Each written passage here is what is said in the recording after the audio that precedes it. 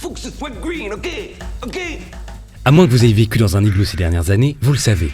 L'industrie textile est l'une des plus polluantes au monde. Et pour une marque de fringues, c'est assez délicat de l'ouvrir sur ses engagements écologiques. Simplement parce que produire, c'est polluer. Alors c'est clair, hein? Est-ce que c'est bien clair? Généralement, le plus écologique pour une entreprise, c'est d'arrêter complètement de produire des trucs et d'aller ramasser des saloperies sur les plages. Alors en tant que marque, on doit se poser ces questions. Est-ce qu'on est bien nécessaire? Est-ce qu'on n'est pas, malgré nous, en train de participer à la Demolition Party planétaire? Est-ce qu'on ne ferait pas mieux d'aller cultiver un petit lopin de terre dans les Cévennes? Pour vous expliquer pourquoi on n'a pas fait ce choix-là, rappelons les bases. Le problème de l'industrie est triple. On produit trop de vêtements, chaque vêtement produit a un gros impact environnemental, et on ne porte pas assez nos vêtements. En 2016, on a créé Asphalt avec un but précis.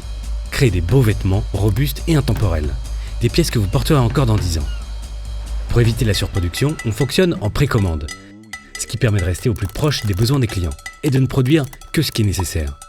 Mais on a vite pris conscience de notre responsabilité environnementale. Alors en 2020, on s'est lancé dans un chantier monumental. Calculer l'impact environnemental de chacun des vêtements qu'on produit. Et pour mesurer tout ça, il faut remonter toute la chaîne. Connaître chaque étape de fabrication, les procédés et le type d'énergie utilisé par chaque partenaire.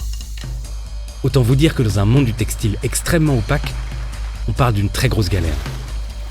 Alors pour chaque vêtement, on traque toutes les étapes de fabrication pour être sûr qu'elles se déroulent dans de bonnes conditions, de la matière première jusqu'à votre dressing. On veut tout savoir. Et comme on imagine que ça vous intéresse, on vous donne le maximum de détails sur la traçabilité sur chaque fiche produit. Nos enquêtes auprès de nos partenaires nous permettent d'estimer l'impact que chaque vêtement produit a sur l'environnement, en consommation d'eau, d'énergie et émissions de CO2. Là encore, on met tout noir sur blanc sur chaque fiche produit pour que vous sachiez exactement ce que vous achetez. Maintenant, on va mettre les pieds dans le plat. L'impact, c'est moins important que la durabilité. Autrement dit, un vêtement à faible impact qui ne dure pas, c'est un contresens, parce qu'il faudra le remplacer rapidement et donc multiplier son impact écologique. A l'inverse, un vêtement qui dure longtemps amortit progressivement son impact écologique. Par exemple, fabriquer un jean, ça peut demander jusqu'à 2000 litres d'eau.